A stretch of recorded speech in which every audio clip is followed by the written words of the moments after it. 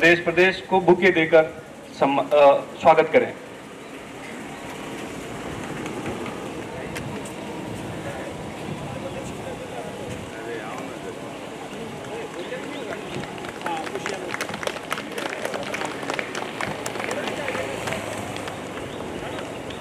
मैं पुनः तरुण जी से आग्रह करूंगा कि वह हमारे मुख्य अतिथि महोदय को शाल भेंट कर सम्मानित करें।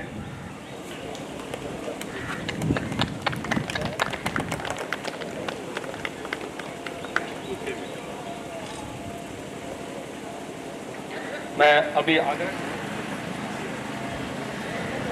ब्रह्म कुमारी समिति से आए हुए दीदी को मैं आग्रह करूंगा कि वो भी मंच पे आए।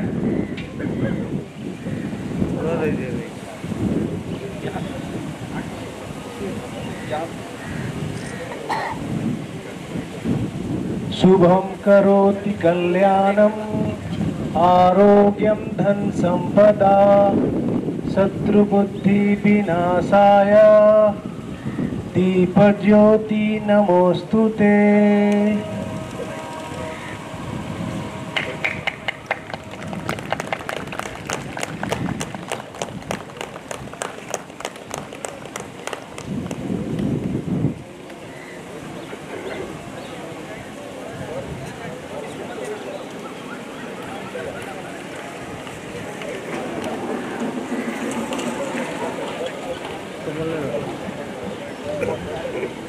साला वो स्टेन ना बदले अरे भाई देखो ना स्टेन लौंडो मैंने क्या बारिश में जो होगा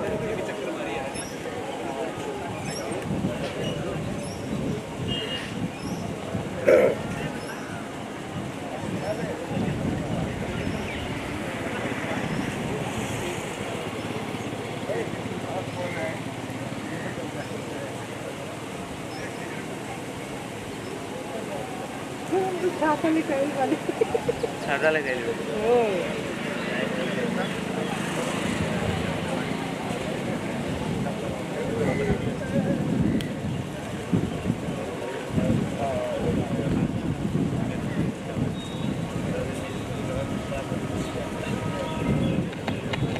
पूछो नागेश बाबू हटो।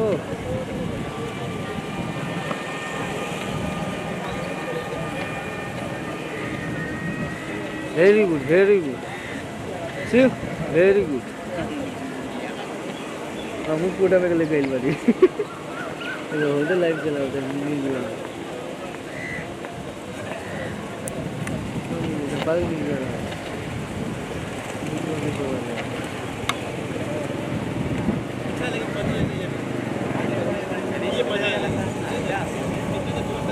कब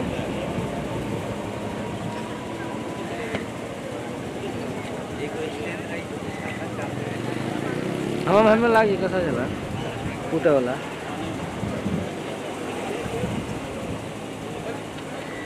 इसे गेटवे ऑफ नेपाल कहा जाता है। 9वां अंतर्राष्ट्रीय योग दिवस मना रहा है।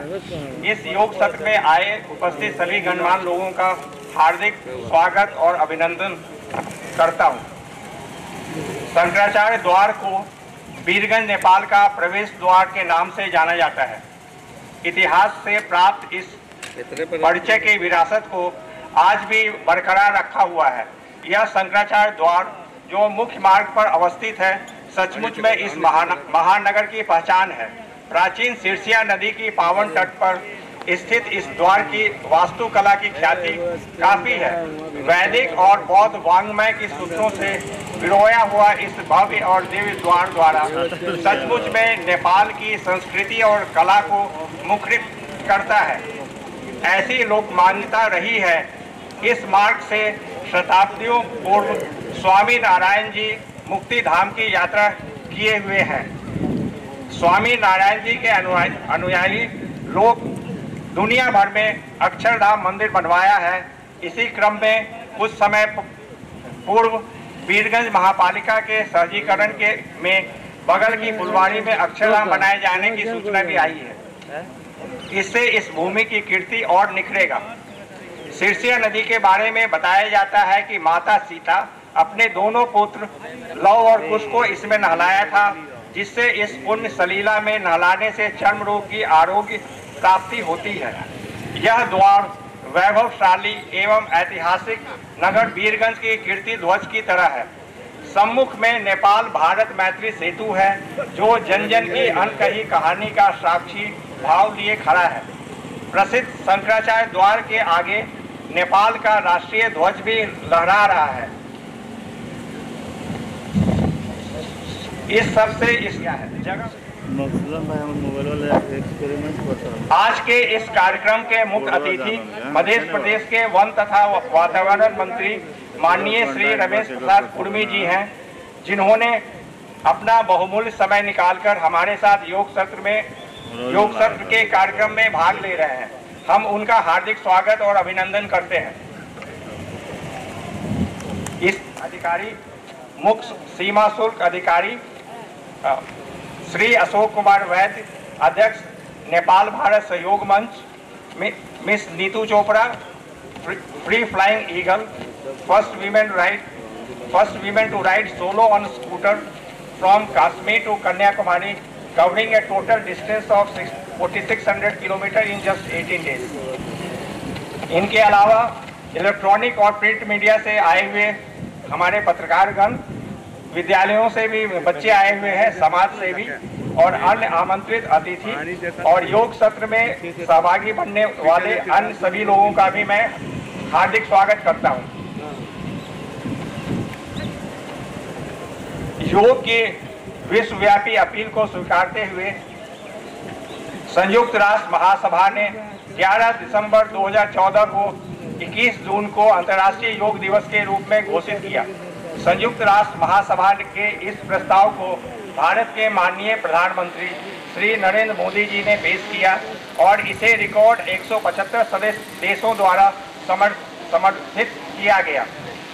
इस तरह के किसी भी संयुक्त राष्ट्र महासभा के प्रस्ताव के लिए इसके को स्पॉन्सर्स की संख्या सबसे अधिक थी। अंतर्राष्ट्रीय योग दिवस का उद्देश्य योग के अभ्यास के अपार लाभों के बारे में दुनिया भर में जागरूकता बढ़ाना है।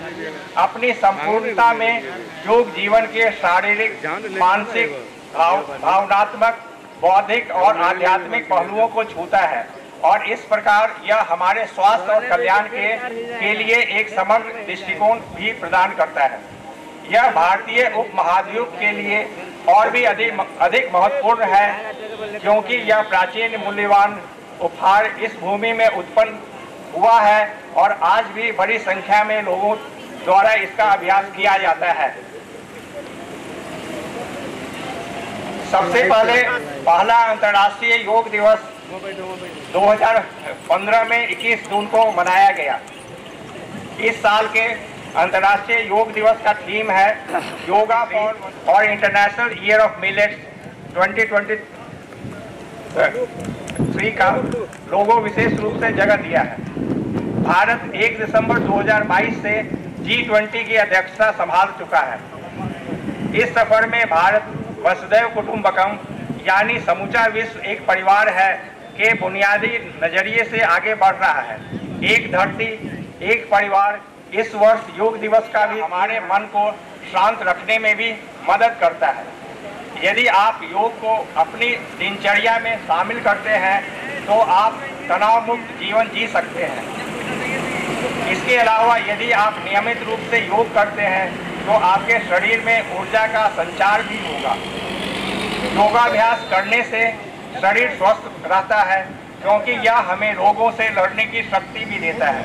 हृदय रोग, मधुमेह और अस्थमा जैसी कई अन्य बीमारियों के लिए योग की सलाह दी जाती है। योग रक्त शर्करा के स्तर को नियंत्रित करने में भी मदद करता है और श्वसन संबंधी विकारों को भी दूर करता है। इसलिए अगर आप रोजाना योग करेंगे तो आप स्वस्थ रहेंगे। योग को अपनी जीवन शैली में शामिल करके हम मोटापे को भी नियंत्रित कर सकते हैं। एक मन जो चिंता मुक्त, प्रसन्न एवं संतुष्ट है, वह संबंधों को अच्छा निभाता है। योग और ध्यान करने से आप अपने अंतर्ज्ञान की शक्ति को भी सुधार सकते हैं। योग और प्राणायाम मन को वर्तमान समय में लाते हैं, हम प्रसन्न और लक्ष्य की ओर केंद्रित होते हैं। अंत में मैं इस कार्यक्रम को सफल बनाने के लिए हम हमारे sponsors Unilever Nepal limited, Nepal Medicity वयोदा हॉस्पिटल, डाबर नेपाल और पार्ले जी का भी विशेष रूप से धन्यवाद देना चाहता हूं। इसके अलावा वीरगंज नगरपालिका का भी विशेष सहयोग रहा है, उसके लिए भी वीरगंज महानगरपालिका का बहुत बहुत धन्यवाद। अब मैं अपना वक्तव्य यहीं समाप्त करता हूं। धन्यवाद।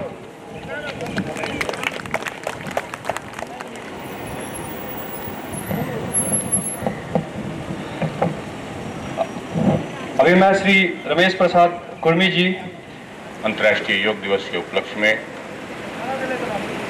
यहाँ उपस्थित संपूर्ण मित्र साथी को धन्यवाद देना चाहूँगा। उपस्थित सभी लोग जो अंतर्राष्ट्रीय योगा दिवस के उपलक्ष्य में आज की शंकराचार्य गेट जो श्रीशा नदी के पावन तट पर जो बनाया गया है, ये बहुत ही पुराने और प्राचीन जगह है और एक ऐतिहासिक रूप में इसको लिया जाता है। मैं विशेष करके तरुण कुमार जी को मैं धन्यवाद देना चाहूंगा कि आपने इस जगह का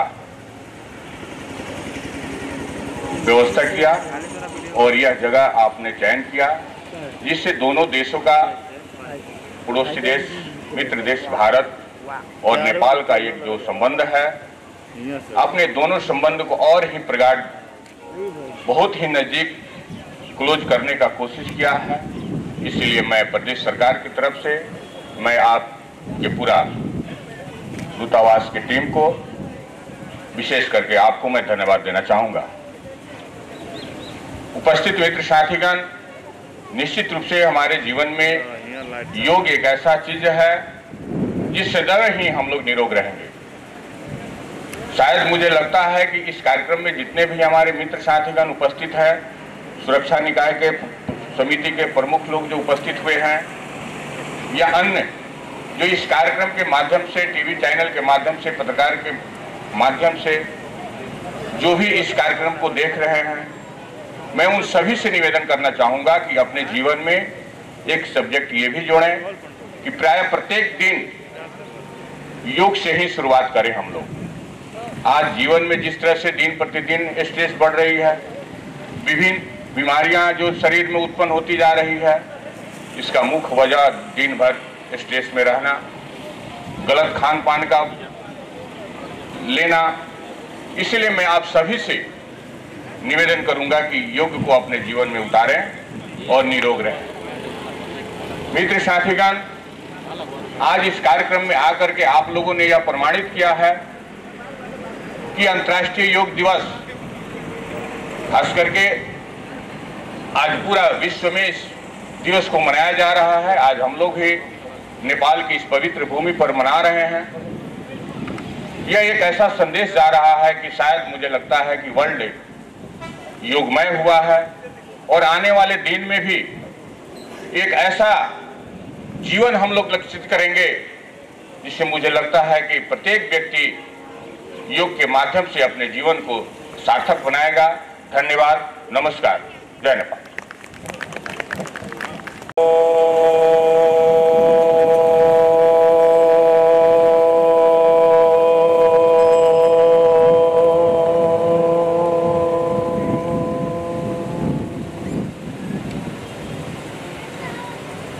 नमस्कार की अवस्था में दोनों हाथों को छाती के आगे लाते हुए स्टार्टिंग प्रेयर करेंगे सभी लोग एक साथ।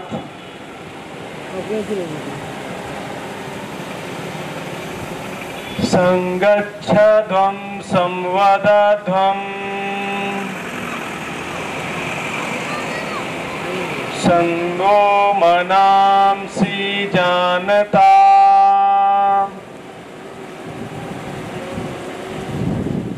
देवा भागं यथा पूर्वे संजानाना उपासते संजानाना उपासते संजानाना उपासते।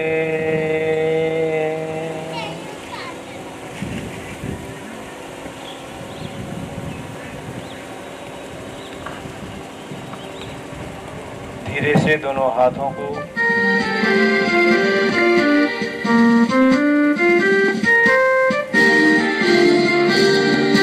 सायोथुङ्गा फुलका हामी एउटै माला नेपाली सर्वभम्बै फैलिएका मेची महाकाली। सायोथुङ्गा फुलका हामी एउटै माला नेपाली सर्वभम्बै फैलिएका मेची महाकाली। प्रकृतिका कोटि कोटि सम्पदाको आँचल वीरहरूका रगतले स्वतन्त्र अटल। ज्ञान भूमि शान्ति भूमि तारै पहाडी माला अखण्ड यो प्यारो हाम्रो मातृभूमि नेपाल। बहुल जाति भाषा धर्म संस्कृति छन् विशाल अग्रगामी राष्ट्र हाम्रो जय जय नेपाल।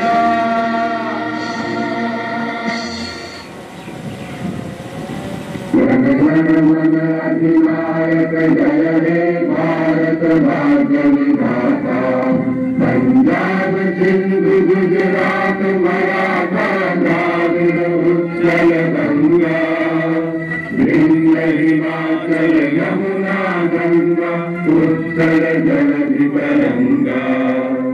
तब शुभ नामे जागे तब शुभ आशीष मांगे गावे तब जय गाथा। जन गण मंगलदायक जय हे भारत भाग्य विधाता। जय हे जय हे जय हे जय जय जय हे। धन्यवाद।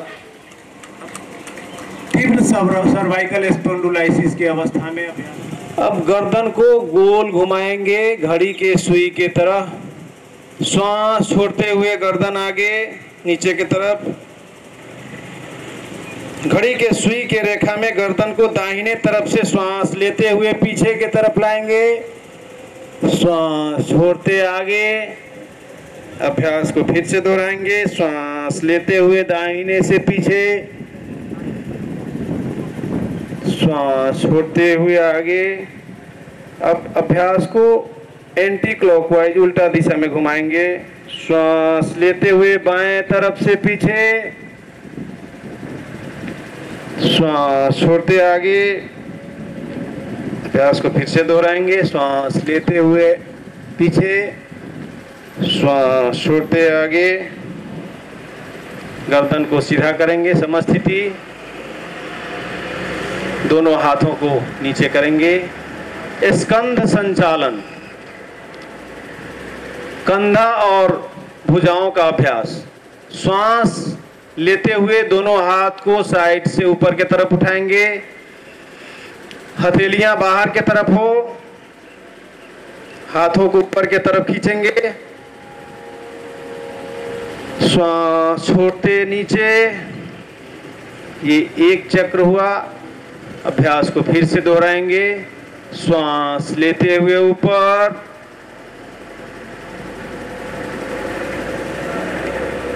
श्वास छोड़ते नीचे।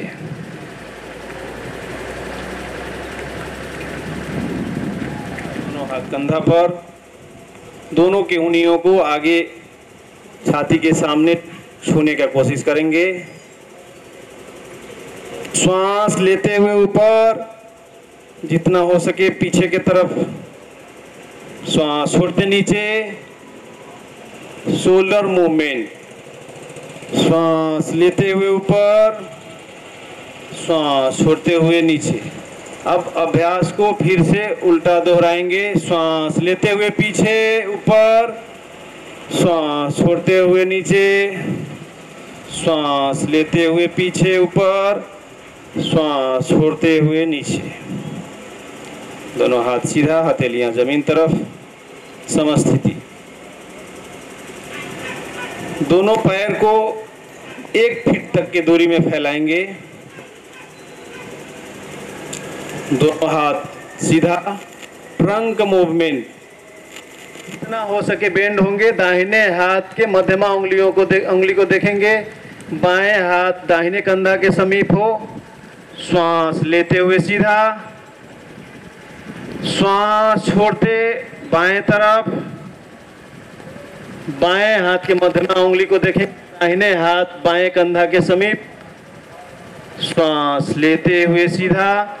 अभ्यास को फिर से दोहराएंगे। श्वास छोड़ते हुए दाहिने तरफ, घुटना सीधा। श्वास लेते हुए सीधा,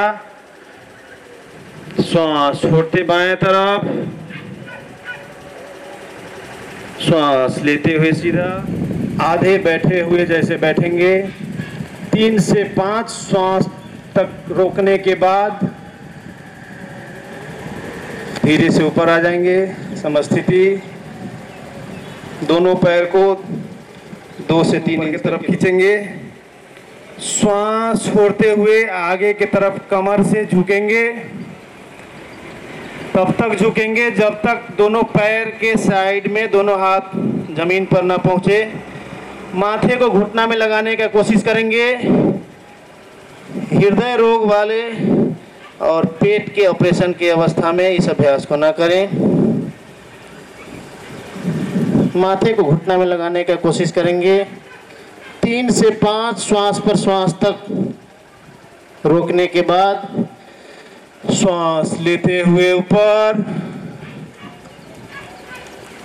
हाथ को ऊपर की तरफ की समस्थिति। अर्ध चक्रासन करने के लिए तैयार हो जाएंगे। दोनों हाथ कमर के पीछे की तरफ झुकाएंगे।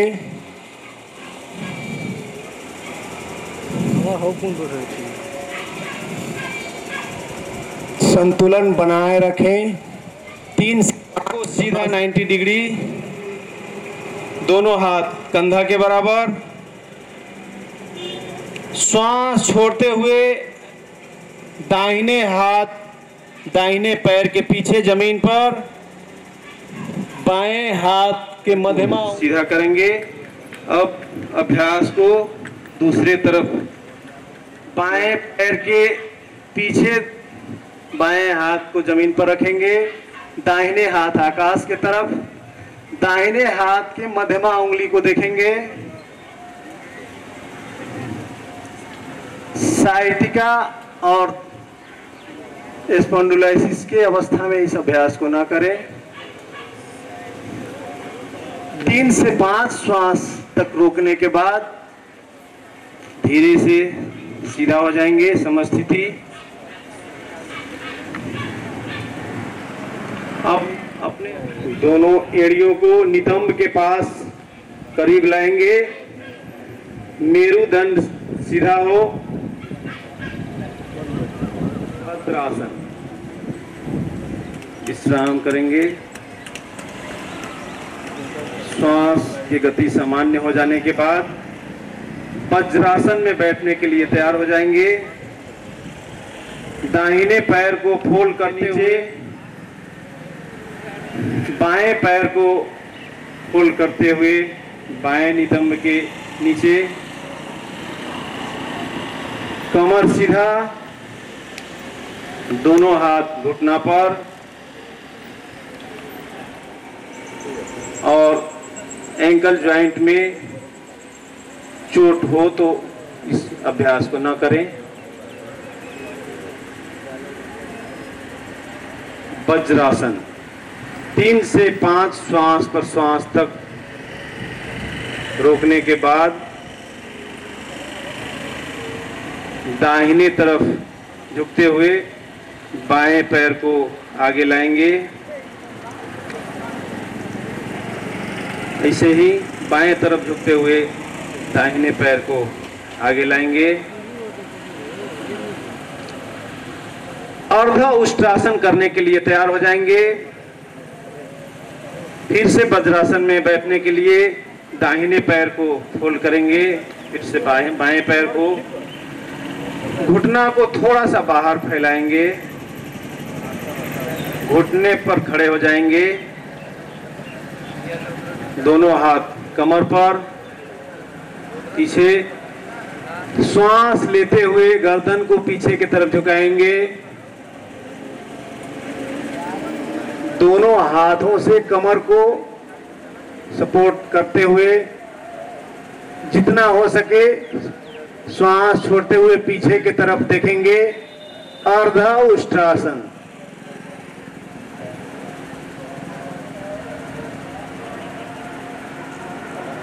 तीन से 5 श्वास तक रोकने के बाद धीरे से सीधा होते हुए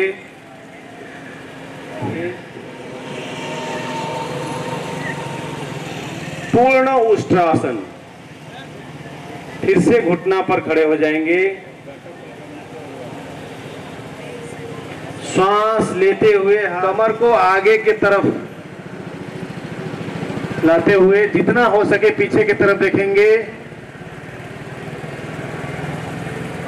पेट के नीचे के भाग के दर्द और पाचन क्रिया संबंधी गड़बड़ की अवस्था में ये इस अभ्यास को न करें। जाएंगे, वज्रासन में बैठ जाएंगे, दोनों घुटने को बाहर की तरफ धीरे से वज्रासन के स्थिति में आ जाएंगे।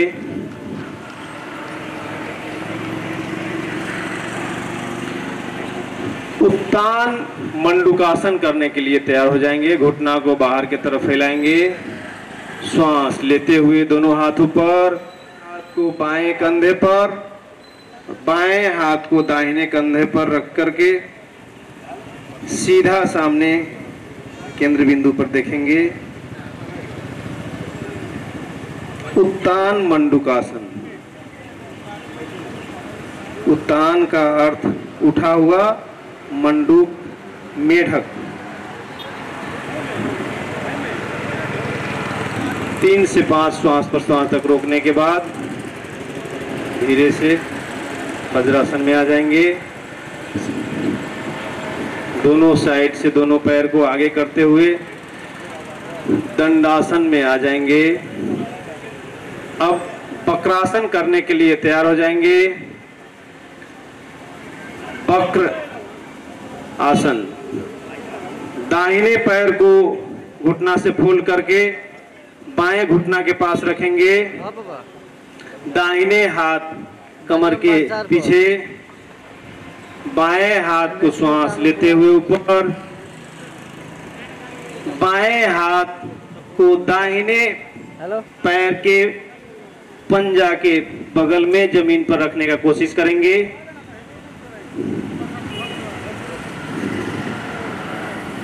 श्वास छोड़ते हुए पीछे के तरफ देखेंगे। वक्रासन।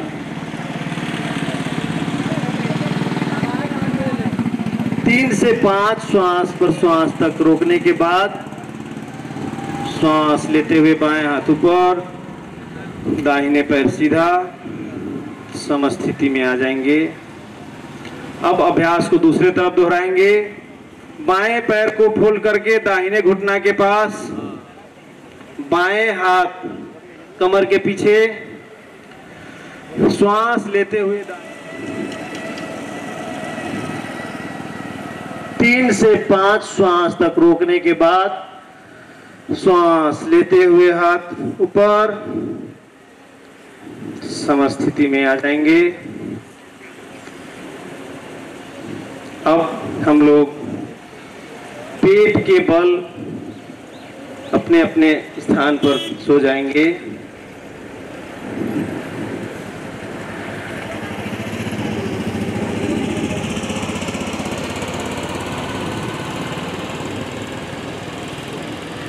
मकरासन करने के लिए तैयार हो जाएंगे। दोनों हाथ आगे,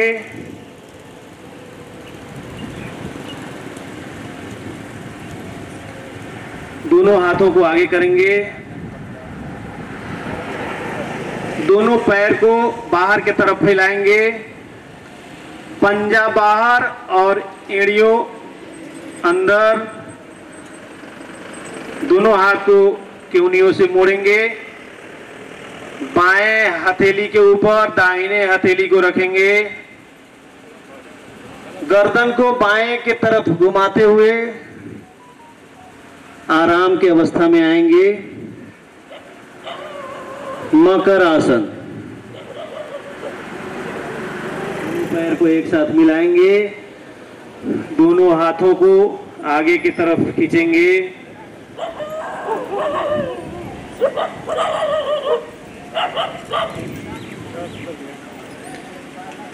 भुजंगासन करने के लिए तैयार हो जाएंगे हम लोग। दोनों हथेलियों को छाती के नीचे,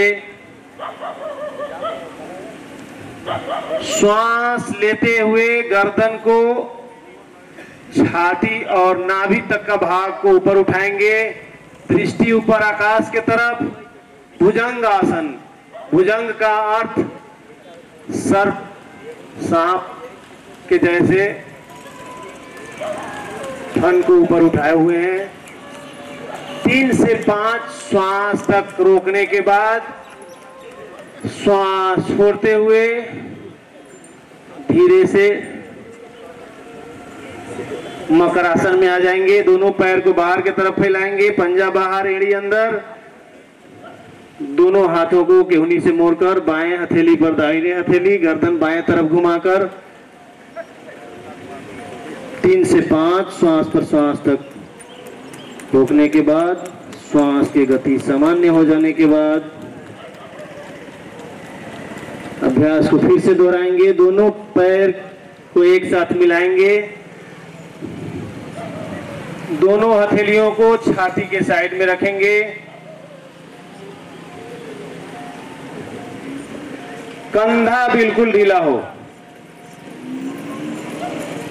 दोनों हथेली छाती के रिब्स के निचले हिस्सा में हो, दोनों हथेलियां छाती के साइड। श्वास लेते हुए गर्दन ऊपर उठाएंगे, हाथ का प्रयोग ना करते हुए, हाथ का प्रयोग बिल्कुल ना करें। नाभि तक का भाग उठाएंगे, दृष्टि ऊपर आकाश की तरफ।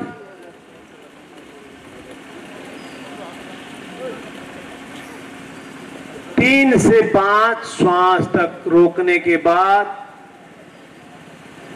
धीरे धीरे गर्दन को नीचे करते हुए मकर आसन में आराम करेंगे। दोनों पैर बाहर की तरफ फैला करके बाएं हथेली पर दाहिने हथेली रख के गर्दन को बाएं तरफ घुमाएंगे।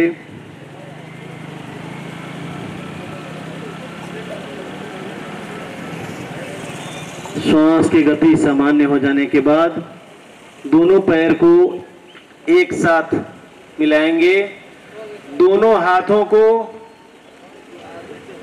जांघ के नीचे रखेंगे जमीन पर। शलभासन करने के लिए तैयार हो जाएंगे हम लोग। घुटना को न मोड़ते हुए दोनों पैर को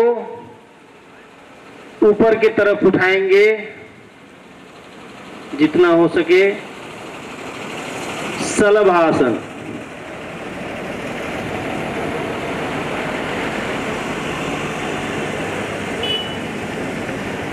हार्ट की समस्या और पेट की समस्या की अवस्था में ना करें। 3 से 5 श्वास तक रोकने के बाद धीरे धीरे दोनों पैर को रिलीज करेंगे। फिर से मकर आसन में आराम करेंगे। दोनों पैर बाहर की तरफ फैलाएंगे, बाएं हथेली पर दाहिने हथेली रख करके गर्दन बाएं तरफ घुमाए कर आराम करेंगे।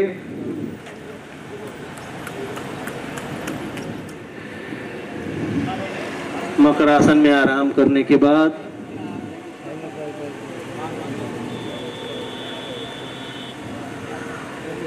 दोनों हाथ आगे की तरफ लाएंगे।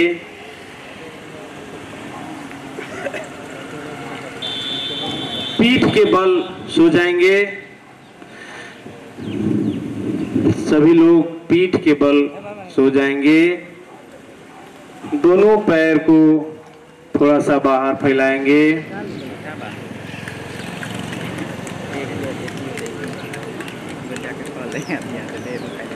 श्वास की गति सामान्य हो जाने के बाद दोनों पैर को घुरता है पुल के समान बन जाना है।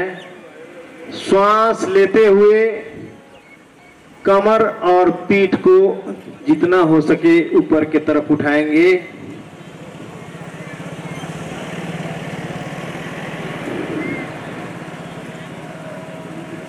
तीन से 5 श्वास तक रोकने के बाद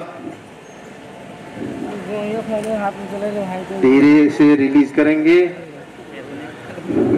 दोनों पैर सीधा।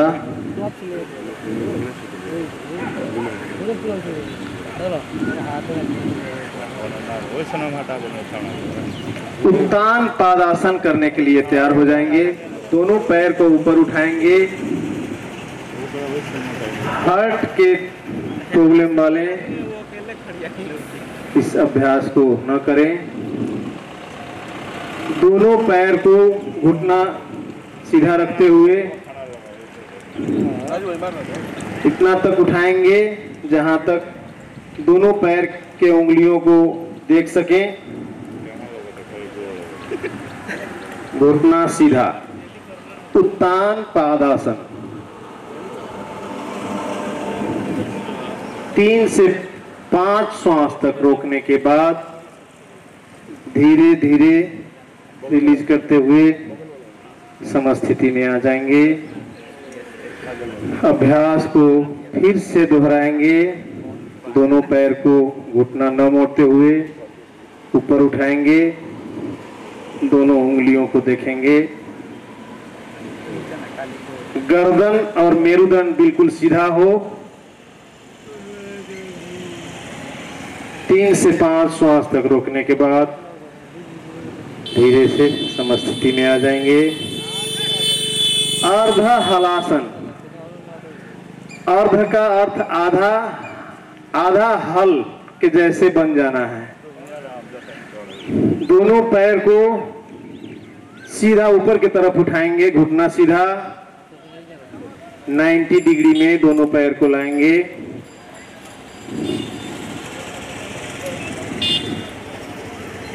तीन से 5 श्वास तक रोकने के बाद हुए गर्दन को ऊपर उठाकर ठुड्डी को दोनों घुटना के बीच में लगाएंगे। पवन मुक्तासन। 3 से 5 श्वास तक रोकने के बाद धीरे से पहले गर्दन को नीचे की तरफ लाएंगे।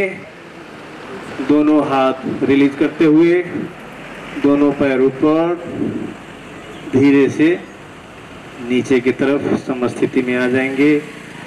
अभ्यास को फिर से दोहराएंगे।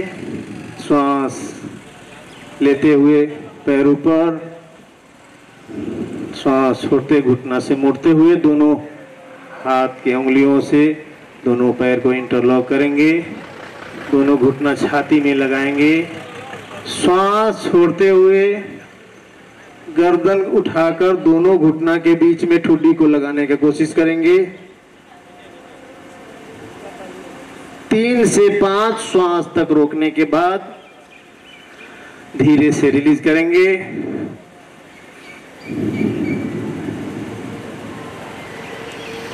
श्वास की गति सामान्य हो जाने के बाद धीरे से बाएं हाथ ऊपर करते हुए दाहिने घुटना को मोड़ेंगे। बाएं तरफ करवट लेते हुए धीरे से अपने अपने स्थान पर बैठ जाएंगे।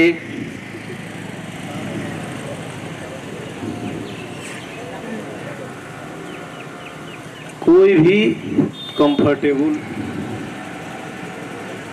कपाल भाती। कपाल का अर्थ मस्तक, भाती का अर्थ चमक। कमर में दर्द होने की स्थिति में कपालभाति को न करें। हार्ट के प्रॉब्लम और मिर्गी वाले पेशेंट को भी इस श्वास को बाहर फेंकेंगे।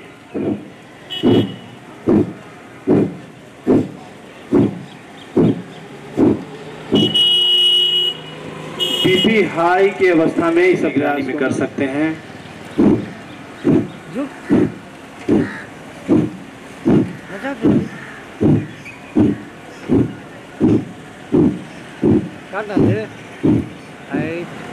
दो आवृत्ति फिर से दोहराएंगे 20-20 बार का।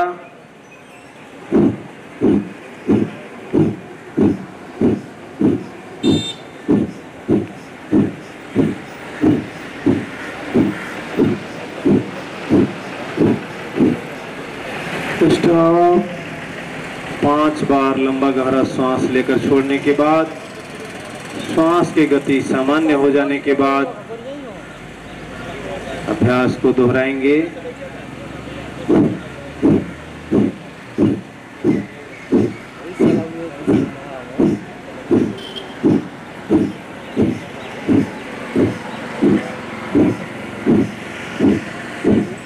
स्टॉप।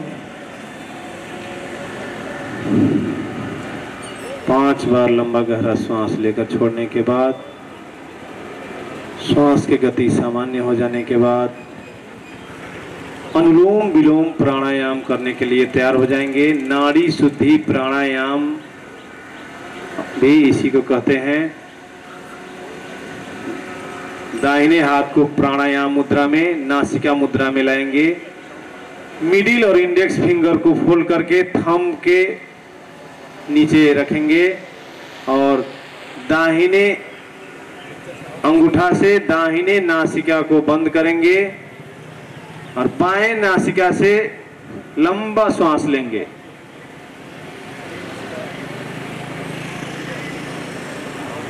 अब बाएं नासिका को अनामिका और कनिष्ठ अंगुली से बंद करके दाहिने अंगूठा को रिलीज करके दाहिने नाक से श्वास छोड़ेंगे।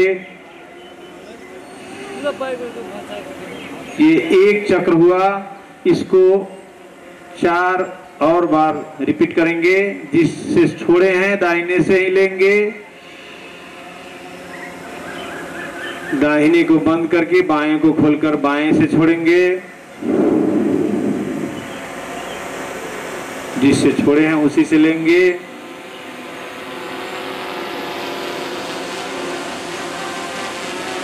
दाहिने को खोलकर बाएं को बंद करके दाहिने से छोड़ेंगे।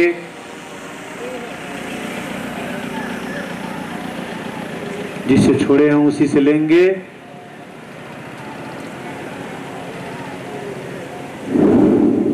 बाएं से छोड़ेंगे।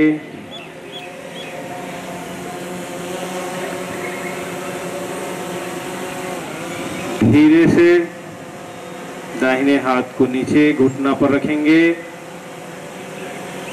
शीतली प्राणायाम के लिए हम लोग तैयार हो जाएंगे। शीतली प्राणायाम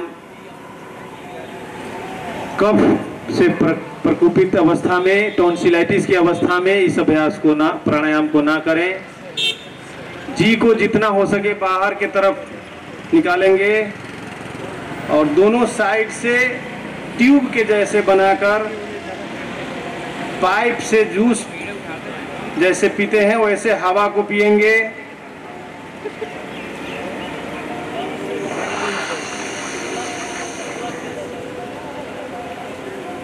मुंह बंद, नाक से श्वास को बाहर फेंकेंगे। अभ्यास को 4 बार और दोहराएंगे।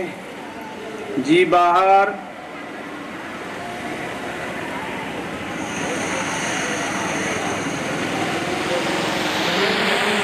मुंह बंद, नाक से श्वास बाहर फेंकते हुए अभ्यास को 5 बार।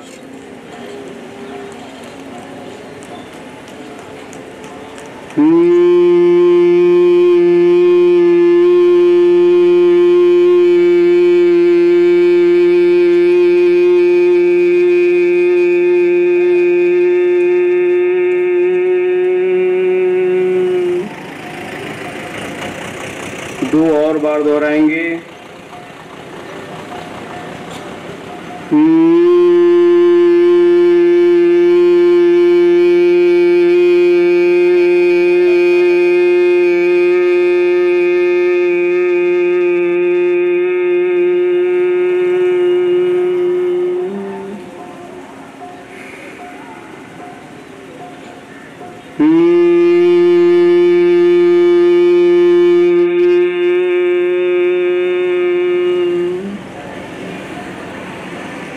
अब हम लोग सन्मुखी मुद्रा में अभ्यास को 3 बार और दोहराएंगे। सन्मुखी मुद्रा के लिए दोनों हाथों से इंडेक्स फिंगर से आंखों को बंद करेंगे, मध्यमा को नाक के ऊपर, अनामिका को ओठ ऊपर के ओठ पर और कनिष्ठ को नीचे ओठ पर रखते हुए 3 बार मौ का उच्चारण करेंगे। दोनों अंगूठा से दोनों कान को बंद करेंगे।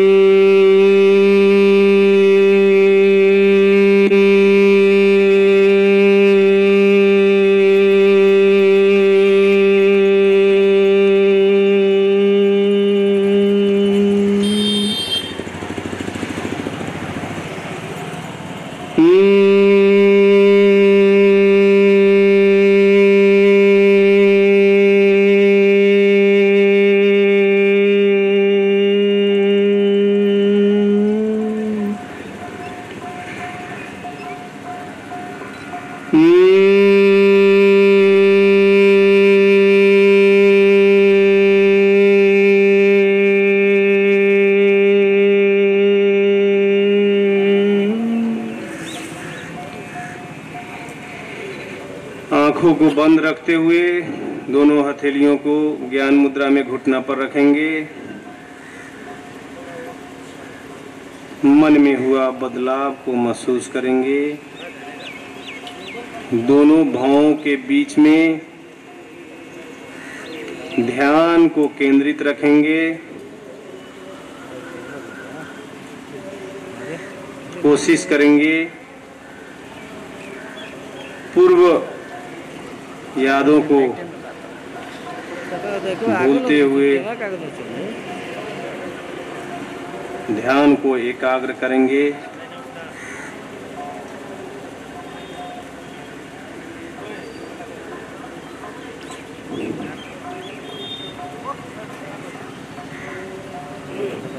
सजगता से श्वास पर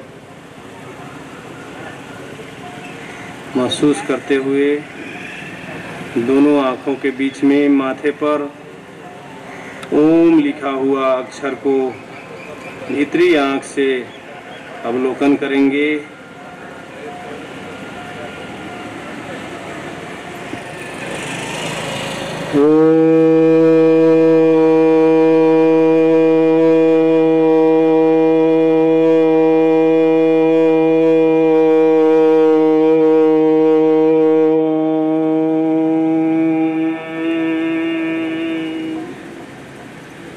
दोनों हाथों को नमस्कार मुद्रा में छाती के आगे लाते हुए शांति पाठ करेंगे हम लोग। सर्वे भद्राणि पश्यन्तु मा कश्चित् दुःख भाग् भवेत्।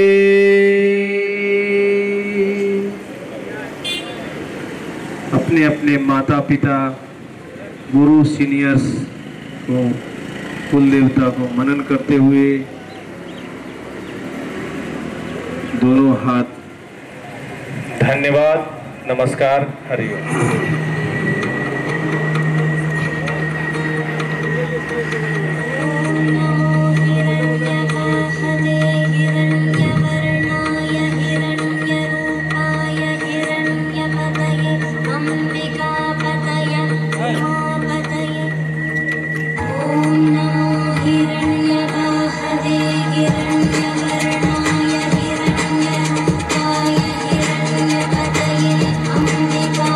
Yeah.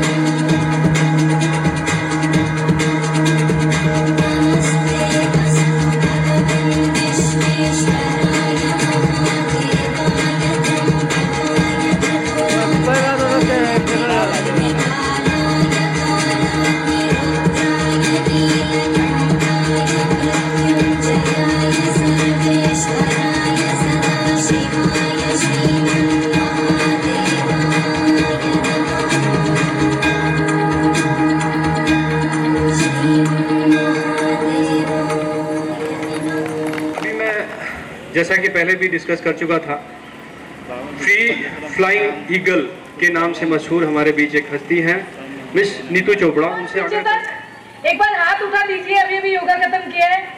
Thank you so much. तो सबसे पहले थैंक यू बोलना चाहती हूँ मैं इंडियन एम्बेसी तरुण सर को और उनकी पूरी टीम को कि मुझे इस कार्यक्रम में कुछ अपनी बात रखने का मौका दिया। मेरा नाम नीतू चोपड़ा है, जो पेरेंट्स ने मुझे दिया है, और मैं भारत की बेटी हूँ, भारत की रहने वाली हूँ, भारत के राजस्थान से रहने वाली हूँ। और एक और नाम जो मुझे लोगों ने दिया है मेरे कारनामे को देखते हुए, वो है फ्री फ्लाइंग ईगल, जो इतनी देर से आप सब लोग सुन रहे हैं। तो एक छोटा सा, क्योंकि अपना मैसेज है वो लोगों तक पहुंचाना चाहती हूँ कि भारत से ऑल द वे नेपाल आई हूँ। कैसे आई हूँ वो मैं आपको थोड़ा सा बताना चाहूँगी। मैं इन दिनों एक मिशन पे हूँ, प्रोजेक्ट परवाज मेरे मिशन का नाम है। और परवाज का मतलब होता है खुले अपने जो पंख है उसके साथ में उड़ान भरना। तो ये जो मेरा प्रोजेक्ट है वो सभी महिलाओं और सभी बेटियों को समर्पित है, क्योंकि हम देखते हैं हम भारत में जो है अभी 75 आज़ादी का अमृत महोत्सव मना रहे हैं। इससे पहले भी मैं एक वर्ल्ड रिकॉर्ड और 3 इंडिया बुक ऑफ रिकॉर्ड कर चुकी हूँ। तो इसके तहत अभी जो है तीसरा, ये जो मेरा मिशन तीसरा है और ये मेरा दूसरा वर्ल्ड रिकॉर्ड अटेम्प्ट है, जहाँ मैं अनजान लोगों के साथ में लिफ्ट लेके, ट्रक में, बाइक पे, ये जैसे ऑटो आ रहा है, तो इस तरीके से किसी भी अनजान लोगों के साथ में लिफ्ट लेके 5 देशों की यात्रा पे निकली हूँ। ये मेरा दूसरा देश है नेपाल। भारत खत्म करके मैं नेपाल में आई हूँ और आज मेरा ये बहुत ही बड़ा सौभाग्य है कि मैंने दोनों देशों के राष्ट्रगान को जो है एक साथ में खड़े होकर फील किया। ये मेरी जिंदगी का पहला अनुभव था और मैं बता नहीं सकती कितना अच्छा ये अनुभव था, क्योंकि भारत की चीजों को मैं भारत के बहुत ही समीप, ऐसा बोलते हैं कि नेपाल जो है भारत के छोटा भाई है या चचेरा भाई है, आप कुछ भी कह लीजिए। और जो वीरगंज में प्रवेश करते ही मुझे प्यार मिला है। मैंने सोचा था मैं सिर्फ यहाँ पे एक दिन रुकूंगी, क्योंकि मैं 4 साल से महिला सशक्तिकरण और सुरक्षा पे काम कर रही हूँ।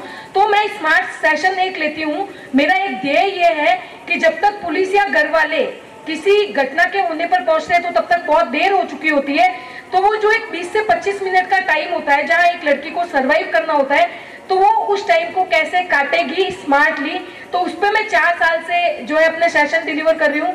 तो आज तक मैं 12,000 से ज्यादा लोगों को 1-to-1 सेशन दे चुकी हूँ। और आज मैं नेपाल में हूँ, और नेपाल से जो है मैं काठमांडू, यहाँ से वीरगंज से काठमांडू होते हुए, एवरेस्ट बेस कैंप से होते हुए पूरा नेपाल का मैं भ्रमण करके और आगे भूटान की तरफ निकलूंगी। तो भारत, नेपाल, भूटान, बांग्लादेश, म्यांमार और थाईलैंड, ये 5 देश जो है मैं बिना पैसे के आम लोगों के सहयोग से, आप जैसे लोग मिलते हैं हमेशा सहयोग कर देते हैं, तो आम लोगों के सहयोग से और प्रशासन के सहयोग से मेरे इस मिशन को गति मिल रही है। और मैं एक बार सच में दिल से धन्यवाद बोलना चाहती हूँ अशोक सर को, जो कि नेपाल और भारत सहयोग मंच के जो है अध्यक्ष है। एकदम से आए सुबह सुबह, और मैंने सोचा था मैं नेपाल में थोड़ा आराम से सांस लूंगी, मुझे सांस लेने का मौका नहीं मिला। इतने बैक टू बैक मेरे कार्यक्रम आयोजित किए गए, इतने नए लोगों से मुझे मिलवाया, और निर्मल सर का जो कि 13 युवक परिषद से जुड़े हुए हैं, और बाकी सभी लोगों का जिनके शायद मैं नाम इस मंच पे नहीं ले पाऊं, लेकिन वीरगंज में अनएक्सपेक्टेड इतना मुझे प्यार मिला है, मुझे एक बार के लिए लग ही नहीं रहा है कि मैं नेपाल में खड़ी हूँ, मुझे ऐसा लग रहा है कि मतलब मैं भारत में ही खड़ी हूँ। तो बहुत बहुत धन्यवाद, और आप लोगों के माध्यम से मेरा ये जो मैसेज है वो लोगों तक जाए। परवाज, जिसका टैगलाइन है डर को डराओ, डेयरिंग बन जाओ। और इसी के साथ में 1-2 मिनट में मैं अपना जो पिछला ब्यौरा है वो आपको देना चाहूंगी। अगर आप सभी लोगों को याद हो तो सन 2019 में एक वेटेनरी डॉक्टर हैदराबाद की, जिसका नाम था प्रियंका रेड्डी, उनका गैंगरेप केस हो गया था। उनकी स्कूटी पे 4 लोगों ने पता नहीं कब से कितने टाइम से नजर रखी हुई थी, उनकी स्कूटी को जान करके पंचर किया गया ताकि वो किसी से मदद मांगे, और मदद के रूप में 4 लोगों ने उनको एक टैक्सी में बिठाया और उनको जो है घर छोड़ने के लिए बोला। और एक डॉक्टर के, मतलब ये यूनिवर्सल प्रॉब्लम है, ये नहीं बोल रही कि भारत की या नेपाल की समस्या है, ये पूरे विश्व की समस्या है कि महिलाओं के साथ में इतने अपराध के मामले होते हैं, और इसके लिए हमें महिलाओं को ही आगे आना पड़ेगा और पुरुषों को इसमें सहयोग करना पड़ेगा, क्योंकि अकेला चना कभी बाहर नहीं फोड़ सकता है।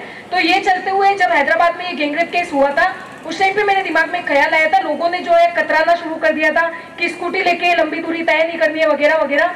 तो मैंने सोचा लोगों के दिमाग से ये वापस चीज कैसे निकाली जाए, तो मैंने अपनी स्कूटी उठाई और कश्मीर से कन्याकुमारी, जो कि 4,600 किलोमीटर का डिस्टेंस था, मैंने 18 दिन में कवर किया। एक रात में मैंने 5,300 किलोमीटर नॉन स्टॉप अपना जो है राइड किया। और सिर्फ राइड नहीं करनी थी, मैंने भारत के 10 राज्यों में 32 जगह पे जो है आत्म सुरक्षा का प्रशिक्षण दिया।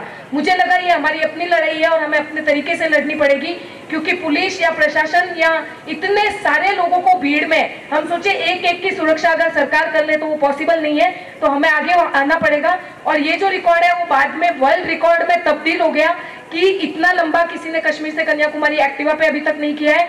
प्लस मैंने बाहर खाना नहीं खाया था, मैं एक मिशन पे थी, प्रण पे थी। लोग आते थे साधुवत तरीके से हाईवे पे खड़े होकर खाना लेकर के आते थे, पीने की चीजें लेके आते थे, तो वो एक आंदोलन की तरह जो है इतिहास में अमर हो गया। इसके बाद में मैंने एक और मिशन पे काम किया था, जो कि था मैंने बाइक पे बिना पैसे के पूरे भारत की 28 राज्य, 9 केंद्र शासित प्रदेश, अंडमान लक्षद्वीप जो कि पानी में है, और उसके अलावा चारों कोने इंडिया के बिना 10 रुपए का नोट लिए आम लोगों के सहयोग से किया। क्योंकि मुझे ऐसा लगता है कि आम लोग जब एकजुट होते हैं ना तो ही बदलाव आता है, और व्यक्ति से समाज, समाज से राष्ट्र के अंदर बदलाव आता है। तो इन्हीं शब्दों के साथ मुझे लगता है कि आप सबका सहयोग हमेशा सारी समस्याओं को जो है सुलझाने के लिए मिलेगा। इसी के साथ में जय हिंद, जय भारत, जय नेपाल, और आप सभी को बहुत बहुत धन्यवाद कि मुझे नेपाल में अपने शब्द रखने के लिए आपने स्टेज दिया। उम्र को अनुभव, अनुभव को शब्द, और शब्दों को मंच मिला, इसके लिए बहुत बहुत आभार, धन्यवाद। व्यक्तियों को सम्मानित करें।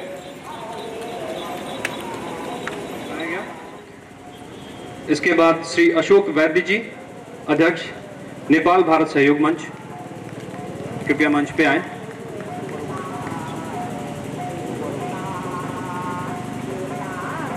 इसके बाद श्री संजय भट्टाचार्य जी, यूनिलीवर नेपाल।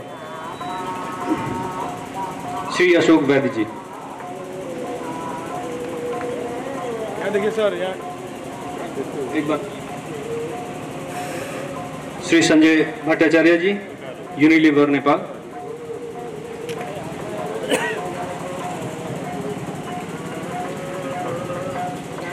इसके बाद श्री कैलाश राम चौरसिया जी, डाबर, नेपाल। श्री कैलाश राम चौरसिया जी।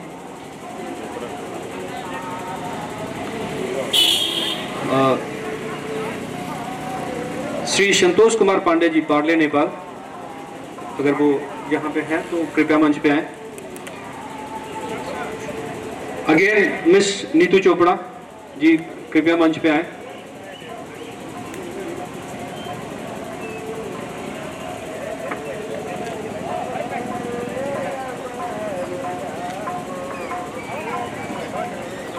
मिस नीतू चोपड़ा जी।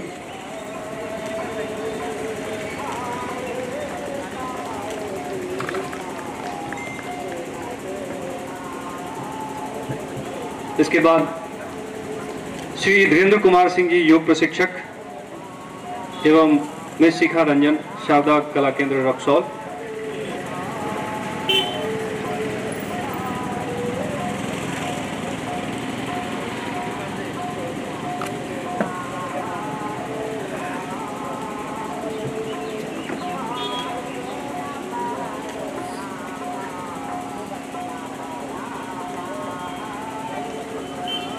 इसके बाद श्री सुमन थपलिया जी, SP APF, Parsa.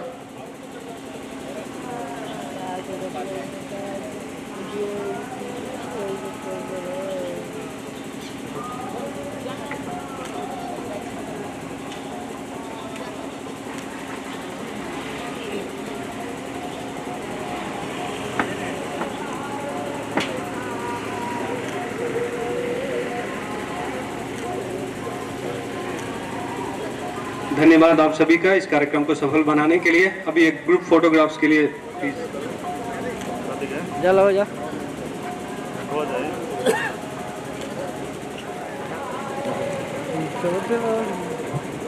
Thank you, thanks a lot.